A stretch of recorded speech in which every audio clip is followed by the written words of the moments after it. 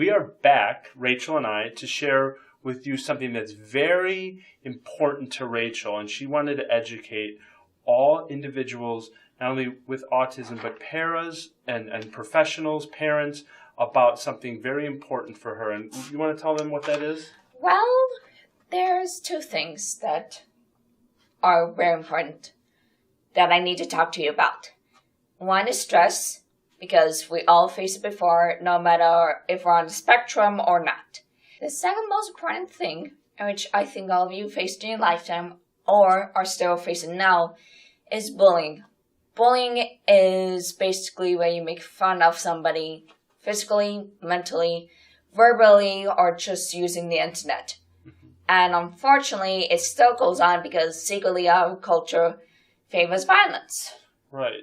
So, Rach, I know when you first mentioned stress, and that's when we got started with exercise. Your mom had contacted me, and you were experiencing a lot of stress during high school. Yeah. So what did exercise help? How did it help you in those stressful moments, or can you take and talk to us about that? Well, first of all, high school was basically not very good. Well, it wasn't great, but I faced a lot of stress, mostly socially. Exercises helped me think a little bit more clearly, because after these exercises, I feel like my brain is like in order now, or just I'm pure exhausted. And it's also made me a bit more fit, which is beneficial. If you're ever bullied for your weight or how you look, exercise will make you look better, stronger, and more confident. So when you go back to school or workplace next time, people might regret ever bullying you because you have a perfect body and they don't. That's awesome, right? So it just overall, it just helped your self-esteem. And I've seen that. I've seen her transition for these very stressful moments, if you don't mind me sharing, where there was a lot of tears and a lot of challenges. But we worked through that. And what I'm very proud to show and share with everyone is that most recently, she had set up independently at the local library an Anime Fest, which is something very important to Rachel. And she designed this herself and drew the characters, right? Well, only two, because there's other two artist works which I will not mention due to me trying to avoid the copyright laws. Very good. But something like this, to see Rachel independently own it and take it and make it her own was absolutely amazing. I'm so very proud of her. And I also recently have told Dave I wanted to do a replica of the exercise seat. Now, I didn't have any time, but I did the illustrations so far. So she's used anime, her passion. Her passion is drawing and doing anime, and now she's made anime characters, demonstrating exercise, which again is so creative and so brilliant.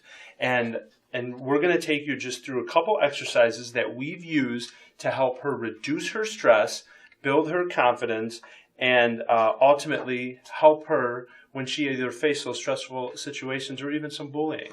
So let's take them through the first one. Well, basically, there's a log stretch, which one of my characters is now doing. He's a Spectrum.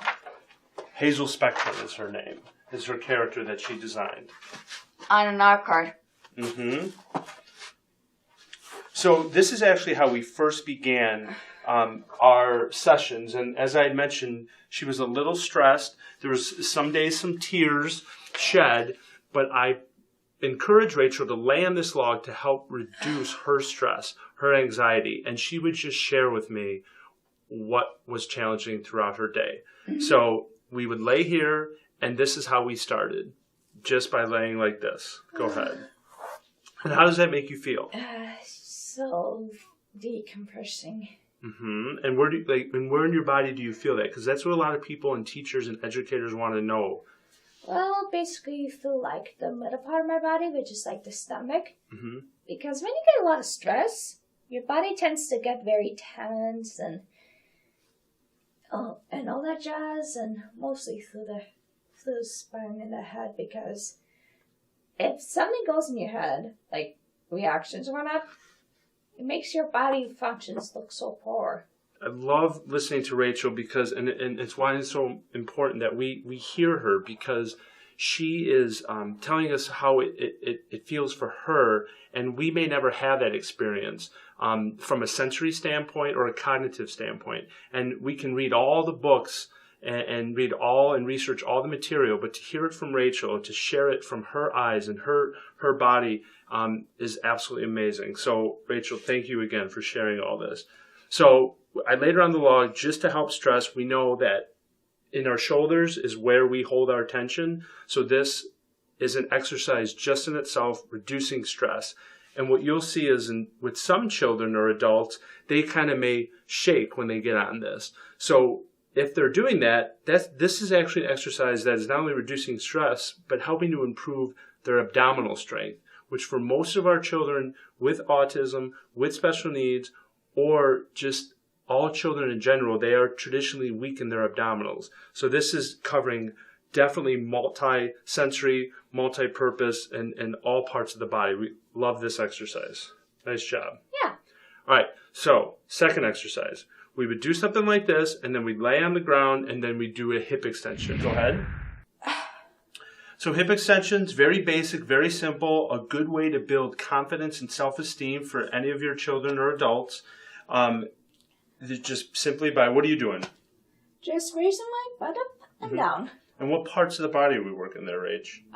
Basically your lower back, your abdomen, and your glutes and your calves. She's an expert. I don't even need to be here right now. Nice job, Rach. All right. Now, we're going to show you the last one, which we typically don't see. But, Rach, can you sit on the ball here? Which is called a dumbbell press.